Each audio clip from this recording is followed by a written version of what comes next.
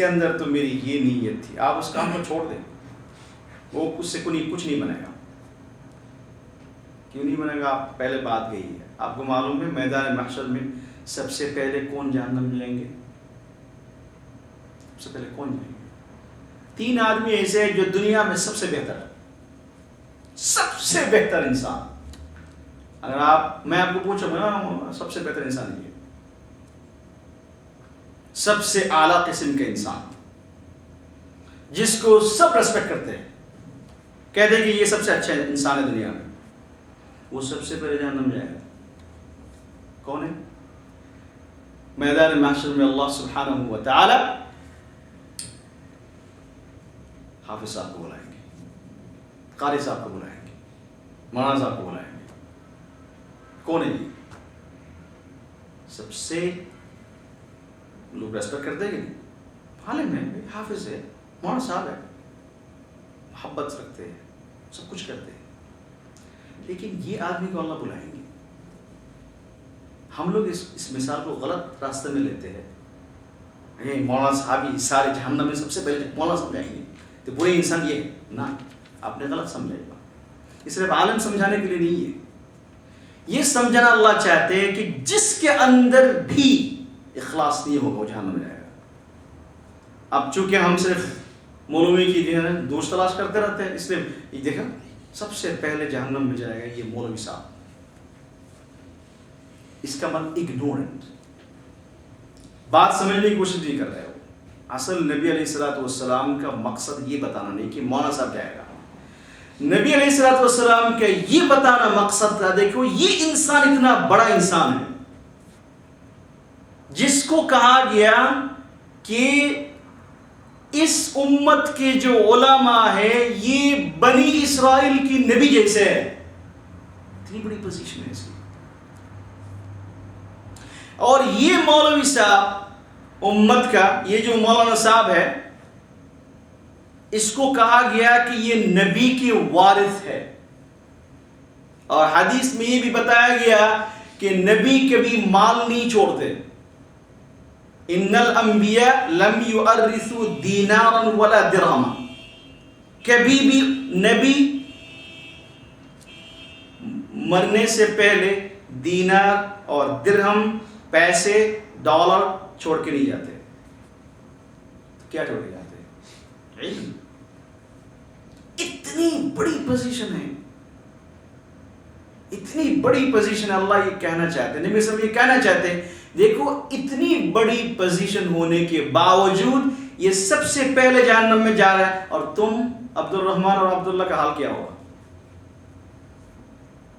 تم جیسے انسان جو عالم بھی نہیں ہے، علم ہے ہی نہیں، شریعت کے بارے میں کچھ پتہ ہے ہی نہیں تمہارا حال کیا ہوگا؟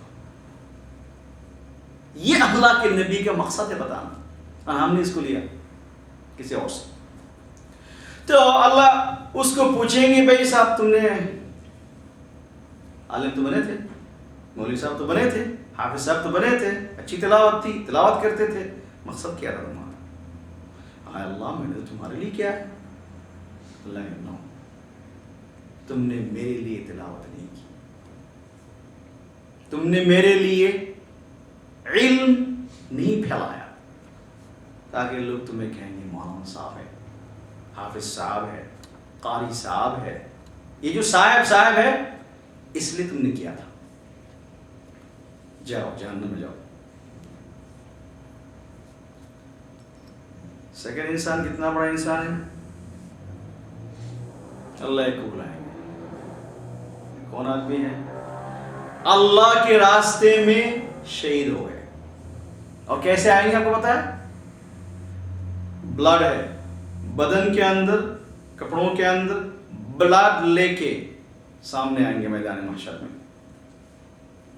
سب دیکھیں گے سبحان اللہ بحمدہ، اس کے بدن کے اندر بلڈ ہے، اس کے بدن کے اندر، اس کپڑوں کے اندر بلڈ ہے.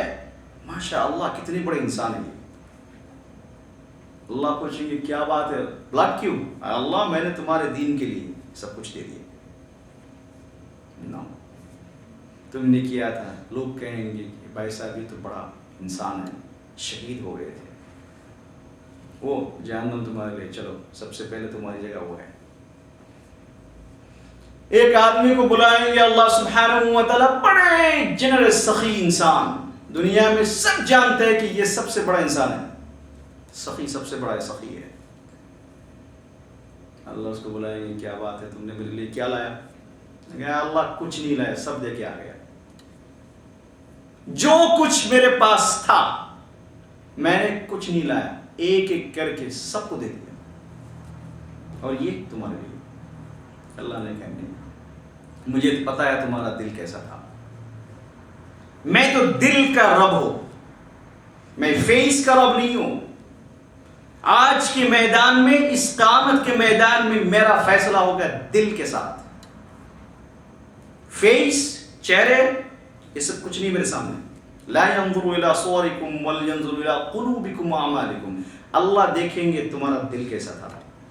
نہ تم نے کچھ نہیں کیا، یہ سب کیا اس لیے کہ لوگ مجھے تمہیں کہیں کہ تم جنرس ہو، وہ تمہاری جگہ وہ جہنم ہے۔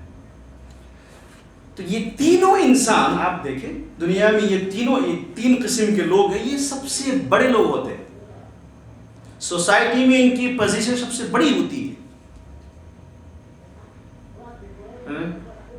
آپ دیکھتے ہیں نا 71 میں ہمارے ملک میں جنگ ہوئی، مر گئے، اور ابھی تک ان کے لیے مینار بنا کے رکھے، اور ابھی تک ہر سال جو ہے فلاور دے کے فلاں چیزیں دے کے ان کو ریسپیکٹ کرتے ہیں۔ کیوں؟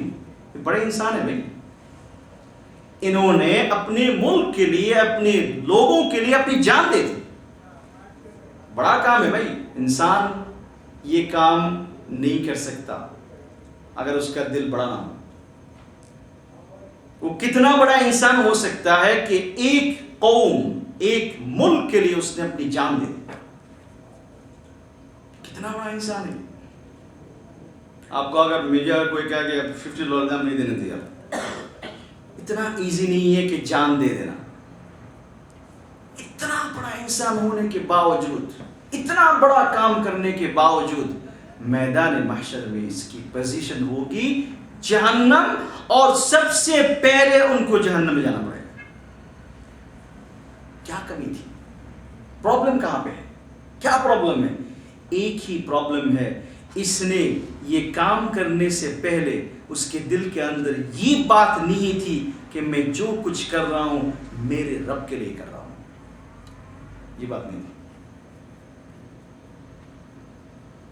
اس لیے میں نے کہا ایسی یہ سب باتیں سمجھ میں نہیں آئے گی۔ اس کے لیے ضروری یہ ہے کہ انسان بالکل ایسی جگہ پہ جائے، یا رات میں ایسا وقت ہے جو کچھ نہیں نظر آ رہا ہے، کسی آواز نہیں، کوئی کسی قسم کی آواز نہیں، وہ آرام سے سوچے، آرام سے سوچے کہ میں جو کچھ کر رہا ہوں اس کے پیچھے ریزن کیا ہے۔ یہاں تک کہ اگر کوئی انسان، یہ ایسی ایک بات، یہ اتنی بڑی بیماری ہے، یہ اتنی بڑی بیماری ہے کہ ہم جو یوں ہی تو کرتے ہی نہیں۔ کیا کرتے ہیں ہم دن کے لیے؟ کچھ نہیں کرتے، 5 وقت کی نماز ہو گئی، اچھے ختم۔ جو کچھ کرتے ایک تو کم ہے، اور جو بھی کرتے، جو بھی تھوڑے موڑے ہم کر لیتے ہیں، وہ بھی ہماری کوئی کام نہیں، کچھ کام کا نہیں، اس میں کچھ نہ کچھ مقصد ہوتا ہے۔ یہاں تک کہ اگر کوئی انسان اپنی وائف کو خوش کرنے کے لیے کچھ کرے، آپ کو پتا ہے یہ سب قصہ پہلے آپ سن چکے ہیں۔ نبی علیہ السلام گھر میں نماز میں کھڑے ہو گئے، وائف کو بھی پتہ نہیں چل رہا، ڈھونڈ رہے رات میں، محمد کہاں، صلی اللہ علیہ وسلم کہاں پہ ہے، رسول کہاں گئے؟ پھر بعد میں پتا چلا کہ وہاں پہ نماز پڑھ رہا ہے۔ اتنے بڑے نبی، اتنے بڑے رسول، اتنے بڑے انسان، یہ بھی نہیں چاہتے کہ میری وائف کو پتہ چلے، کیونکہ دل میں یہ بات ہے کہ میں ہوں اور میرے رب ہے، اور کوئی نہیں۔ اب اس بات کو میں کیسے آپ کو سمجھاؤں؟ یہ سمجھانے کی بات ہے، یہ تو سمجھنے کی بات ہے. اور یہ اتنی بڑی بات ہے، اتنی بڑی بات ہے یہ کہ آج کل کی دنیا میں یہ بالکل ایسی چیز ہو گئی جیسے اس کا کوئی وجود ہی نہیں دنیا میں، ختم ہو. اور نبی علیہ السلام کو اللہ نے وہی نازل فرمایا، وَيُزَكِّيهِمْ. نبی علیہ السلام کا سب سے پہلا کام یہ تھا کہ اس کا دل صحیح کرو. ابھی شرک کا مطلب کیا ہوتا؟ شرک، نبی علیہ السلام یہ شرک دور کرنے کے لیے مطلب کیا ہے؟ سب سے پہلے یہ کام کیا کہ اس انسان کے دل کے اندر سے مخلوق کی جو ہے یہ سب نکالو یہاں سے. اس کے اندر ایک ذات کو بیٹھاؤ کہ اللہ ہے سب کچھ، اور میں جو کچھ کرتا ہوں یہ صرف اور صرف اللہ کے لیے. بہت بڑی چیز ہے. اللہ مجھے سب سے پہلے اس کی توفیق دے، اور آپ کو بھی توفیق دے، پوری امت مسلمہ کو یہ توفیق دے. اور یہ مسئلہ ختم، یہ جو پرابلم ہے، جو کچھ ہو رہا ہے، یہ سب اسی وجہ سے ہو رہا ہے کہ ہم سنسیئرٹی ختم ہوئی ہمارے اندر سے. تو اللہ فرماتے ہیں، اے اللہ ہم سب کو قبول فرما. وَلِتَصْغَى إِلَيْهِ أَفْئِدَةُ الَّذِينَ لَا يُؤْمِنُونَ بِالْآخِرَةِ وَلِيَرْضَوْهُ وَلِيَقْتَرِفُوا مَا هُمْ مُقْتَرِفُونَ. کہ جو کچھ ہو رہا ہے، یہ جو کچھ کر رہا ہے، اللہ تعالیٰ کا مقصد یہ ہے کہ ان کے دل اس طرف مائل ہو جائے، اللہ کے بغیر کسی اور کی طرف چلے جائے، اور یہ اس پر راضی ہو جائے، اور یہ کرتے رہے جو کچھ کر رہے تھے. کیوں؟ مقصد یہ ہے کہ مجھے آخرت میں تو فیصلہ کرنا ہے، کس طرف جائے گا، یہ اس طرف جائے گا، اس طرف جائے گا. اللہ فرماتے ہیں أَفَغَيْرَ دِينِ اللَّهِ أَبْتَغِي حَكَمًا وَهُوَ الَّذِي أَنزَلَ إِلَيْكُمُ الْكِتَابَ مُفَصَّلًا. اب نبی علیہ السلام کہہ رہے کفار مکہ سے کہ کیا میں اللہ کے بغیر کسی اور کو فیصلہ دینے والا بنا دوں؟ تمہارا جو کہنا ہے، تم یہ چاہتے ہو کہ میں تمہاری بات سن لوں اور تمہاری باتوں پر میں آ جاؤں. میں کیسے آؤں؟ کیا میں اللہ کے بغیر کسی اور کو حاکم بناؤں؟ حالانکہ وَهُوَ الَّذِي أَنزَلَ إِلَيْكُمُ الْكِتَابَ مُفَصَّلًا، اس ذات نے تمہارے اوپر ایک کتاب تفصیل سے نازل کی، اس کے اندر سب کچھ ہے. اس کتاب آنے کے باوجود، اس کتاب کے اندر ساری تفصیلی بات ہونے کے باوجود، میں اس رب کو چھوڑ کے میں کسی اور کے پاس جاؤں، یہ تو کوئی عقل مندی کی بات ہے، میں نہیں کر سکتا. اور اللہ فرماتے ہیں وَالَّذِينَ آتَيْنَاهُمُ الْكِتَابَ يَعْلَمُونَ، جن کو کتاب دی گئی ہے، جن کو ہم نے کتاب دی ہے، وہ جانتے ہیں أَنَّهُ مُنَزَّلٌ مِّن رَبِّكَ بِالْحَقِّ، یہ کتاب اللہ کی طرف سے نازل شدہ ہے، اللہ کی طرف سے آئی کتاب، اور یہ سچی کتاب ہے، یہ جانتے ہیں. فَلَا تَكُونَنَّ مِنَ الْمُمْتَرِينَ، اللہ فرماتے ہیں کہ آپ یہ شک کرنے والوں میں سے مت بنیں. ان کے اندر تو شک ہے، شبہ ہے، آپ ایسے نہ بنیں. آپ اللہ کے نبی ہیں، سچے نبی ہے، اور اللہ کی طرف سے کتاب آئی ہے. آپ اس بات کو پورا یقینی طور پر آپ اس کو لے لیں. اس کے اندر ایک بات تو آئی، تفصیلی بات میرے پاس ٹائم نہیں ہے. اس کے اندر ایک بات اللہ نے یہ فرمایا کہ هُوَ الَّذِي أَنزَلَ إِلَيْكُمُ الْكِتَابَ، کہ اللہ نے اس کتاب نازل فرمائی. تو اس کا مطلب یہ کتاب یہ محمد صلی اللہ علیہ وسلم کی طرف سے نہیں ہے، یہ اللہ کی طرف سے نازل شدہ کتاب ہے، اللہ نے نازل فرمائی. اور دوسری بات یہ ہے، اللہ یہ آپ بتانا چاہتے ہیں کہ یہ ایک ایسی کتاب ہے جس کتاب کا مقابلہ کوئی نہیں کر سکتا. اس لیے مفسرین کرام میں بڑی تفصیل سے بات کی ہے کہ دنیا میں مسلمانوں کے خلاف، دین کے خلاف، اسلام کے خلاف بہت ساری باتیں ہوتی رہتی ہے، لیکن یہ ایک چیلنج جو اسلام نے بہت پہلے چھوڑ دیا کہ اگر تم یہ سمجھتے ہو کہ یہ کتاب اللہ کی طرف سے نہیں ہے تو ایسی ایک کتاب نہیں، ایسی اس کتاب کے اندر جو آیتیں ہیں ان میں سے ایک چھوٹی سی آیت تم بنا کے لے کے آؤ۔ یہ چیلنج 1400 سال پہلے سے ابھی تک ہے۔ آپ کو میں بتا سکتا ہوں جس عرب کنٹری میں یہ آیت قرآن نازل ہوئی ہے اس میں کرسچن لوگ بھی عربک سپیکنگ ہے، بڑے بڑے لوگ ہیں، جوئش بھی عربک سپیکنگ ہے۔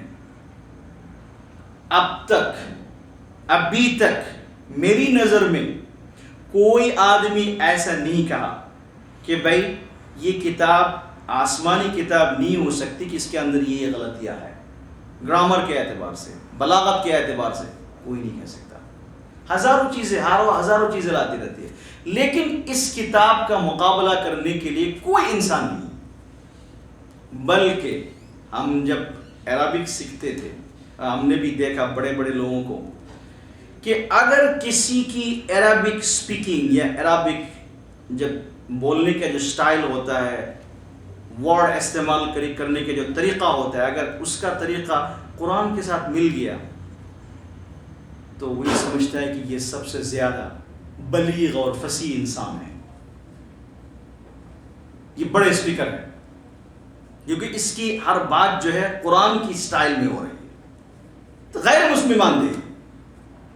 تو اللہ فرماتے ہیں کہ ایک نمبر بات تو یہاں سے اس آیت سے ملی ہے کہ یہ آیت اللہ کی طرف سے ہے، نبی صلی اللہ علیہ وسلم کی طرف سے نہیں ہے۔ اور اس آیت کے اندر پورا قرآن شروع میں سورہ بقرہ میں بھی یہ بات فَأْتُوا بِسُورَةٍ مِّن مِّثْلِهِ کہ تم ایسی ایک سورت لے کے آئے، ایک حصہ بنا کے لے کے آئے۔ یہ قصہ بہت مشہور ہے مکہ میں جب نبی اسلام تھے۔ خیر میں آگے بڑھنا چاہتا ہوں۔ فَلَا تَكُونَنَّ مِنَ الْمُمْتَرِينَ۔ دوسری بات یہ ہے کہ یہ کتاب اللہ کی طرف سے کتاب ہے، یہ کفار بھی جانتے ہیں کہ اللہ کی طرف سے کتاب ہے، لیکن کیوں نہیں مان رہے؟ مان رہے اس لیے کہ دشمنی، حسد، جیلسی، یہ سب کی وجہ سے نہیں مان رہے۔ تو اللہ فرماتے ہیں وَتَمَّتْ كَلِمَةُ رَبِّكَ صِدْقًا وَعَدْلًا۔ ایک اور صفت اللہ نے یہاں پہ قرآن کی بتائی کہ ایک نمبر کی صفت اس کے اندر یہ ہے کہ وَتَمَّتْ كَلِمَةُ رَبِّكَ، اللہ سبحانہ وتعالی کا کلمہ، اللہ کی کتاب، کلمہ کا مطلب یہاں پہ قرآن الکریم ہے۔ قرآن الکریم یہ مکمل ہے، یہ کامل ہے، صدقاً، سچائی کے اعتبار سے، یہ جو کچھ بولتا ہے سچ ہے، اس میں کسی قسم کی جھوٹ ملاوٹ نہیں ہے۔ ایک نمبر سے بات قرآن کی ہے وعدلا، اور قرآن ہمیشہ ہمیشہ ہمیشہ انصاف کی بات کرتا ہے، انصاف کی بات کرتا ہے، یہاں تک کہ وہ بات گئی پہلے آیت اللہ نے قرآن میں فرماتے ہیں یا ایھا الذین آمنوا کونوا قوامین بالقسط شہداء للہ، کہ تم جسٹ بنو، تم انصاف گار بنو، تم انجسٹس نہ کرو۔ پھر اللہ نے فرمایا وَلَوْ عَلَىٰ أَنفُسِكُمْ، چاہے فیصلہ تمہارے خلاف جائے۔ انسان کب فیصلہ نہیں مانتے؟ جب خلاف جاتے۔ اللہ فرماتے وَلَوْ عَلَىٰ أَنفُسِكُمْ، اگر تمہارے سامنے ایسی ایک بات آ گئی، اگر تم سچ پر رہو اور سچی بات کہو، یا تم انصاف کی بات کرتے ہو تو رائے تمہاری خلاف جا رہی ہے۔ وَلَوْ عَلَىٰ أَنفُسِكُمْ، تو اللہ فرماتے اَوِ الْوَالِدَيْنِ، اگر یہ رائے تمہارے والدین کے خلاف جا رہی ہے، پہلے تو بات ہے کہ تمہارے خلاف، اس کے بعد والدین، والاقربین، تمہارے رشتہ داروں کے خلاف جا رہا ہے، پھر بھی کونوا قوامین، تم جسٹس اسٹیبلش کرنے والوں میں سے بنو، انجسٹس نہ کرو۔ تو اللہ فرماتے وَتَمَّتْ كَلِمَةُ رَبِّكَ صِدْقًا وَعَدْلًا کہ قرآن الکریم جو ہے ایک تو اس کی صفت یہ ہے کہ سچ بولتے ہیں قرآن کریم، دوسری صفت یہ ہے کہ ہمیشہ عدل انصاف کی بات کرتا ہے. اللہ فرماتے لا مبدل لکلماتی وهو السمیع العلیم، اور اس کلمہ کو چینج کرنے والا کوئی نہیں ہے دنیا میں. اس کلمہ کو چینج کرنے والا کوئی انسان دنیا میں نہیں ہے. لا مبدل لکلماتی، اللہ نے جو کچھ کہہ دیا، اور اللہ نے اس کی گارنٹی دی ہے کہ اس قرآن الکریم کی حفاظت اللہ خود کریں گے. وَهُوَ السَّمِيعُ الْعَلِيمُ. اللہ فرماتے ہیں کہ آپ کیسے کریں گے جب آپ کے اندر صلاحیت ہونی چاہیے. اللہ کیسے پروٹیکٹ کریں گے؟ اللہ فرماتے ہیں وَهُوَ السَّمِيعُ، اللہ بہت سننے والے. اللہ سنتے ہیں لوگ کیا کہتے رہتے ہیں، اللہ سب جانتے. وَهُوَ السَّمِيعُ الْعَلِيمُ، اور اللہ جانتے ہیں سب کچھ، یہاں تک کہ علیم بذات الصدور، اللہ سبحانہ و تعالی انسان کے دلوں کے اندر کیا ہوتی ہے وہ بھی جانتے ہیں. جبکہ اللہ کے اندر یہ صلاحیت ہے، اللہ کے اندر یہ کوالیفیکیشن ہے، اللہ کے اندر یہ قدرت ہے، تو اللہ سبحانہ و تعالی اس کتاب کی حفاظت بھی کر سکیں گے.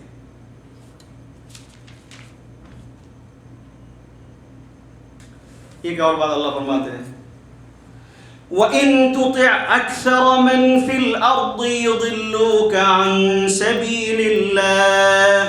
اللہ فرماتے ہیں کہ اگر آپ اکثریت کو فالو کریں گے، یعنی آج کل کی جو بات ہوتی ہے کہ بھائی اتنے لوگ کہہ رہے ہیں کہ یہ بات صحیح ہے تو یہ بات ہی صحیح ہے. تو اس وقت نبی علیہ الصلوۃ والسلام جب باتیں شروع کی دین کے بارے میں یا اسلام کے بارے میں جب بتانا شروع کیا تو کتنے لوگ تھے؟ ابو بکر، عثمان، یہ چند صحابہ کرام، اور اس کے خلاف اس کے مقابلے میں پورا مکہ ایک ساتھ ہے.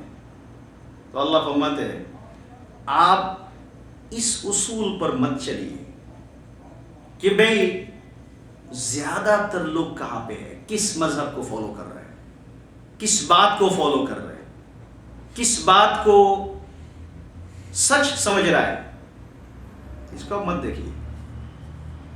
وَإِن تُطِعْ أَكْثَرَ مَنْ فِي الْأَرْضِ کہ زمین کے اندر اکثریت کس کی ہے، کون کس جماعت بڑی ہے، کس کی بات سب لوگ مانتے ہیں، اس طرح مت جائیے. تو پھر کیا کریں گے؟